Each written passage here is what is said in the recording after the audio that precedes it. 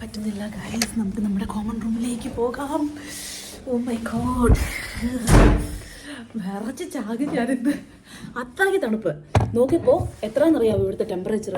ഇവിടുത്തെ temperature 3 degree. നല്ല തണുപ്പാണ്. സോ നമുക്കിന്ന് തൽക്കാലം ഈ കോമൺ റൂമിൽ നിന്ന് സംസാരിക്കാം. അങ്ങനെ ഭയങ്കര വലിയ കാര്യങ്ങളൊന്നും അല്ലാണ്ട് ഞാൻ സംസാരിക്കാൻ പോകുന്നത്. കൂടുതലും നേഴ്സുമാർക്കൊക്കെ പ്രയോജനപ്പെടുന്ന കുറച്ച് കാര്യങ്ങളാണ്. അതായത് ഞാൻ വിചാരിച്ചു നാട്ടിലുള്ള ആളുകൾക്കൊക്കെ ഒരു ഡൗട്ട് ഉണ്ടായിരിക്കും, ഇവിടുത്തെ വർക്കിംഗ് പാറ്റേൺ എങ്ങനെയായിരിക്കും, ഒരു ഷിഫ്റ്റിൽ നമ്മൾ എന്തൊക്കെയായിരിക്കും ചെയ്യുകയെന്നൊക്കെ അല്ലേ. അപ്പോൾ ഞാൻ വിചാരിച്ചു അങ്ങനെയുള്ള കാര്യങ്ങളൊക്കെ ഒന്ന് പറയാമെന്ന് കരുതി. ആക്ച്വലി ഇവിടെ ഉണ്ടല്ലോ നമുക്ക് 12 hour ഷിഫ്റ്റാണ്. അത് മോസ്റ്റ് ഓഫ് ദ ഗൾഫ് കൺട്രീസിലും ഒക്കെ 12 hour ഷിഫ്റ്റ് ആണല്ലോ നമ്മൾ ചെയ്യുക.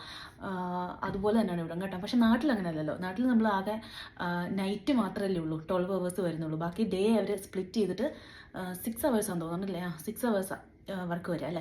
പക്ഷേ ഇവിടെ നേരെ തിരിച്ച് ഇവിടെ ഡേ നൈറ്റ് അങ്ങനെ ഒരു ഷിഫ്റ്റേ ഉള്ളൂ. അതല്ലെങ്കിൽ ചില സമയത്തൊക്കെ നമുക്ക് ഏർലി ലേറ്റ് എന്ന് പറഞ്ഞിട്ട് ഷിഫ്റ്റ് വരും. അത് 8 hours വരുന്നത് കേട്ടോ.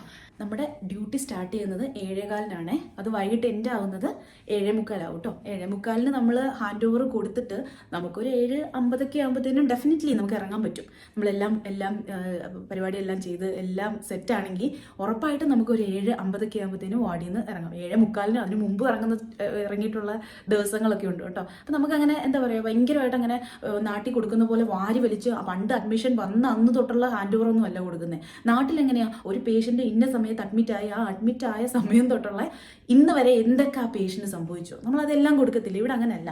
ഇവിടെ പേഷ്യൻ്റ് അന്ന് അഡ്മിറ്റായി, കാര്യം ഇന്ന പ്രോബ്ലം കൊണ്ടാണ് പേഷ്യൻ്റ് അഡ്മിറ്റ് ആയെന്നുള്ള ഡയഗ്നോസിസും കാര്യങ്ങളും നമ്മൾ പറയും. പക്ഷേ എന്നിരുന്നാലും അന്ന് തൊട്ട് ഇന്ന് വരെയുള്ള എല്ലാ കാര്യങ്ങളും നമ്മൾ വലിച്ചു നീട്ടി പറയത്തില്ല. ഇപ്പം നിലവിൽ എന്താണ് പേഷ്യൻസിന് വെയിറ്റ് ചെയ്തിരിക്കുന്നത്, പേഷ്യൻ്റ് എന്തിനാണ് ഇവിടെ ഇപ്പം ഈ വാർഡിൽ ഇപ്പം അഡ്മിറ്റായി വെയിറ്റ് ചെയ്തിരിക്കുന്നത് എന്തിനാണ്. അപ്പോൾ അത് മാത്രമാണ് നമ്മൾ കുറച്ചും കൂടെ ഹൈലൈറ്റ് ആയിട്ട് ഇവരോട് പറയാട്ട് ഇവിടെ ഹാൻഡ് ഓവർ കൊടുക്കുക. കുറച്ചും കൂടി ഈസിയാണ് ഇവിടെ ഹാൻഡ് ഓവർ കൊടുക്കുക നാട്ടിൽ വെച്ച് കമ്പയർ ചെയ്യുമ്പോൾ. ഇപ്പം തൽക്കാലം ഇവിടെ റിക്രൂട്ട്മെൻ്റ് ഒന്നും നടക്കുന്നില്ല. പക്ഷേ എന്തായാലും ഉറപ്പായിട്ടും ഇവിടെ വേക്കൻസീസ് വരും. ഇവിടെ വീണ്ടും പഴയ പോലെ തന്നെ റിക്രൂട്ട്മെൻറ്റും കാര്യങ്ങളെല്ലാം നടക്കും കേട്ടോ. കാരണം എന്ന് വെച്ചാൽ ഇവിടുന്ന് ഒരുപാട് പേര് ഓസ്ട്രേലിയ ഓപ്പൺ ആയി കഴിഞ്ഞപ്പോഴത്തേക്കും ഒരുപാട് പേര് ഓസ്ട്രേലിയയിലേക്ക് ഇവിടുന്ന് പോകുന്നുണ്ട്, ഇപ്പോഴും പോയിക്കൊണ്ടിരിക്കുന്നുണ്ട്. അതുപോലെ തന്നെ ഈ ഇവിടെ വർക്ക് ചെയ്യുന്ന NHS വർക്ക് ചെയ്യുന്ന ആൾക്കാർ കുറേ പേരൊക്കെ ഉണ്ടല്ലോ, കുറച്ചൊക്കെ ഏജ്ഡ് ആയ ആൾക്കാരാണ് കേട്ടോ. അപ്പോൾ അവരാണെങ്കിലും റിട്ടയർഡ് ആയി പോകും. അങ്ങനെയൊക്കെ വരുമ്പോഴത്തേനും കുറേയും കൂടെ നേഴ്സസിനെ അവർക്ക് റിക്രൂട്ട് ചെയ്യേണ്ടതായിട്ട് വരും. അപ്പോൾ അങ്ങനെയൊക്കെ വരുമ്പോഴത്തേനും ഞാൻ എന്തായാലും നമ്മുടെ ചാനലിൽ ഞാൻ ഈ ഇവിടുത്തെ വേക്കൻസി വരുമ്പോഴത്തേനും ഞാൻ ഉറപ്പായിട്ടും ഞാൻ അപ്ഡേറ്റ് ചെയ്യുന്നതായിരിക്കും കേട്ടോ. പിന്നെ വേറൊരു കാര്യം പറയട്ടെ, ഞാൻ ഏജ്ഡ് ആയ ആൾക്കാരെന്ന് ഞാൻ പറഞ്ഞില്ലേ, ആക്ച്വലി അത് ഇവർക്ക് അത്ര ഏജ്ഡ് അല്ല കേട്ടോ. അപ്പോൾ നമ്മുടെ നാട്ടിലെന്ന് പറഞ്ഞാൽ ഒരു 60 വയസ്സുള്ള ആളെന്ന് പറയുമ്പോഴത്തേനും നമുക്കതൊരു ഏജ്ഡ് ആയിട്ട് തോന്നത്തില്ലേ. പക്ഷേ ഇവിടെ അങ്ങനെയല്ല. ഇവിടെ ഒരു 60 വയസ്സെന്ന് പറയുന്നത് ഇവർക്ക് അപ്പോഴും യങ്ങാണ്. ഹൗ ഓൾഡ് ആർ യു എന്ന് നമ്മൾ ഒരാളോട് ചോദിക്കുവാണെങ്കിൽ അവർ പറയണം I'm 60 എന്ന് പറഞ്ഞാൽ നമ്മൾ അവരോട് പറയണം ഓ യു സോ യങ് എന്ന് പറയണം. അതാണ് ഇവിടുത്തെ ഒരു രീതി. അതാണ് ഇവിടുത്തെ ഒരു എന്താ പറയുക, അവർ എപ്പോഴും ഉണ്ടല്ലോ ഇവിടെ കൂടുതൽ ലൈഫ് എക്സ്പെക്റ്റൻസി കൂടുതലാണ് ആൾക്കാർക്ക്. കൂടുതലും നമ്മുടെ ഹോസ്പിറ്റലിൽ വരുന്ന രോഗികൾ പ്രായമായ രോഗികളായിരിക്കും കേട്ടോ കൂടുതൽ വരിക. അവർക്കാണ് കുറച്ചും കൂടെ മുൻഗണന കൊടുക്കുക. പിന്നെ ഇവിടെ വർക്ക് ചെയ്യുമ്പോഴേ നമ്മളൊരു ടീം വർക്കാണ്. ഇപ്പം നാട്ടിലെ സിസ്റ്റം എന്ന് പറയുന്നത് ഇവിടുത്തെ സിസ്റ്റമായിട്ട് എൻറ്റയർലി ഡിഫറെൻ്റ് ആണ്. നാട്ടിൽ വർക്ക് ചെയ്ത ഒരാൾ നമ്മൾ ഇവിടെ വന്നിട്ട് ഇവിടുത്തെ സിസ്റ്റമായിട്ട് ഒന്ന് അഡാപ്റ്റ് ആവാനായിട്ട് ഒരു കുറച്ച് സമയം എടുക്കും. അത് കഴിയുമ്പോഴത്തേക്കും നമ്മൾ ഓക്കെ ആയിരിക്കും കേട്ടോ.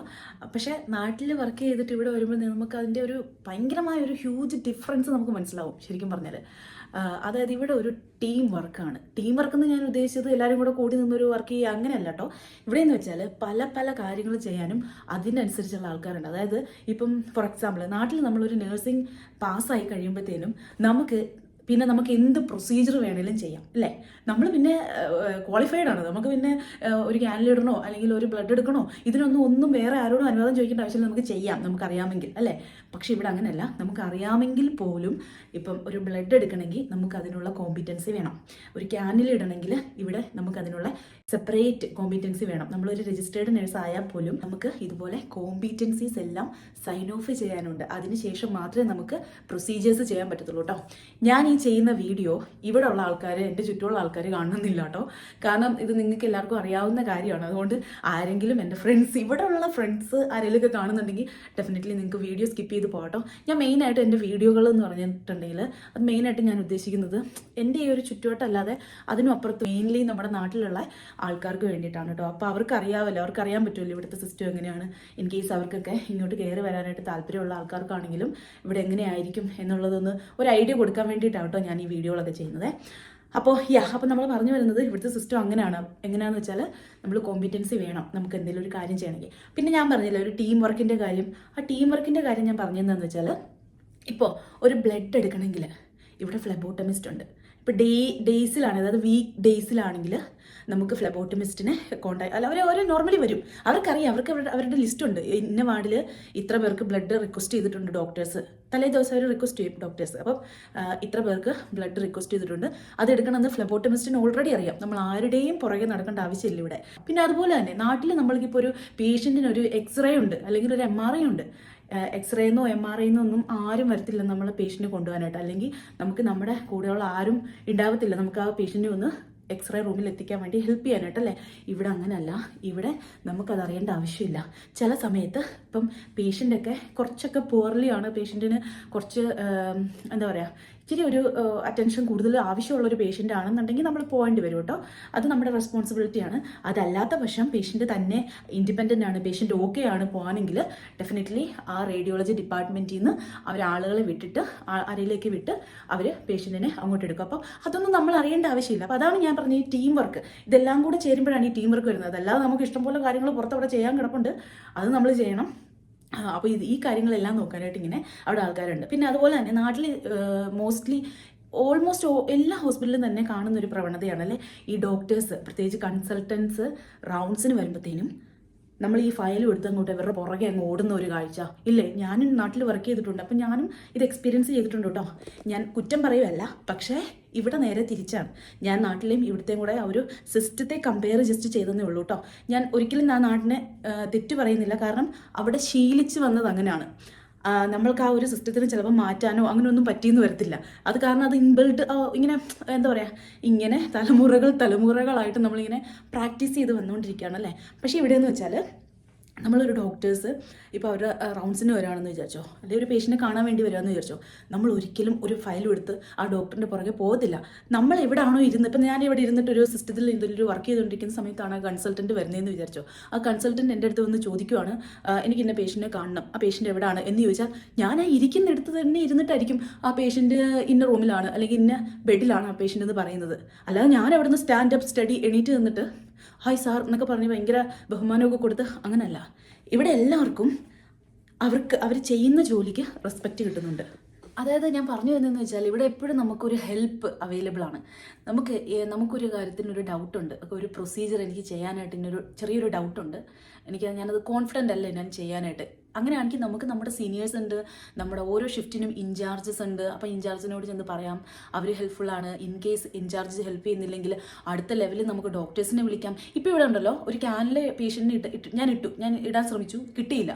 അപ്പോൾ നമ്മൾ എന്നാ ചെയ്യുന്നതെന്ന് അറിയാമോ, ഇൻചാർജ് ഇപ്പോൾ ബിസി ആണെന്നുണ്ടെങ്കിലുണ്ടല്ലോ നമ്മൾ നേരെ ആരോടെ ചെന്ന് പറയുന്നതെന്ന് അറിയാമോ, ഡോക്ടേഴ്സിനോടെ ചെന്ന് പറയുന്നത് ഈ പേഷ്യൻറ്റ് ക്യാനില വേണം, ഞാൻ ഇട്ടിട്ട് കിട്ടിയില്ല, കുഡ് യു പ്ലീസ് ട്രൈ.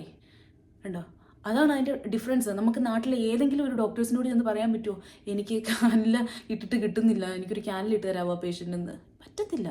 അതാണ് ഒരു ഡിഫറൻസ്. ഞാൻ പറയുന്നില്ല ഇത് തെറ്റാണ്, അവർ ചെയ്യുന്നത് പ്രാക്ടീസ് ശരിയാണ്, ഇവർ ചെയ്യുന്ന പ്രാക്ടീസ് തെറ്റാണെന്നൊന്നും ഞാൻ പറയുന്നില്ല. എൻ്റെ അതിൽ ഡിഫറൻ്റ് ആണ്. ഇതാണ് അതിൻ്റെ ഡിഫറൻസ്. ഞാൻ ആ ഒരു ഡിഫറൻസ് മനസ്സിലാക്കാൻ വേണ്ടി പറയുന്നതാണ് കേട്ടോ. അങ്ങനെ ആരായാൽ പോലും ഉണ്ടല്ലോ, ഏത് ഡിപ്പാർട്ട്മെൻറ്റിൽ നിന്ന് വരുന്ന ആളായാലും അത് ആരോടായാലും, ഇപ്പം നമ്മളായാലും മറ്റുള്ളവരോട് സംസാരിക്കുന്നതും ഒക്കെ നമ്മൾ ഇവരുടെ അത് കണ്ടുപിടിച്ച് നമ്മളത് അഡാപ്റ്റ് ചെയ്യും.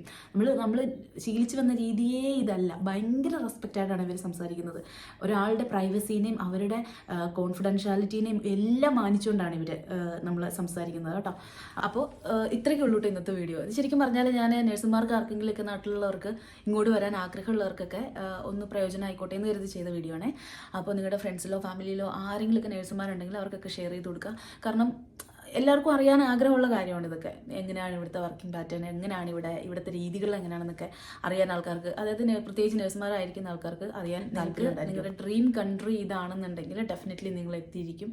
വെയിറ്റ് ചെയ്തിരിക്കുക, നമ്മുടെ ഒരു ചാൻസിന് വേണ്ടിയിട്ട്, നമ്മുടെ ഒരു ടേണിന് വേണ്ടിയിട്ട് ജസ്റ്റ് വെയിറ്റ് ചെയ്തിരിക്കുക. ഇപ്പോഴും OET പഠിച്ചിരിക്കുന്ന കുറേ ആളുകളുണ്ടായിരിക്കാം നാട്ടിൽ അല്ലേ, പഠിച്ചിട്ട് ഇപ്പോൾ വേക്കൻസി ഇല്ലാതെ UK വരാൻ പറ്റാതിരിക്കുന്ന കുറേ പേരുണ്ടായിരിക്കാം.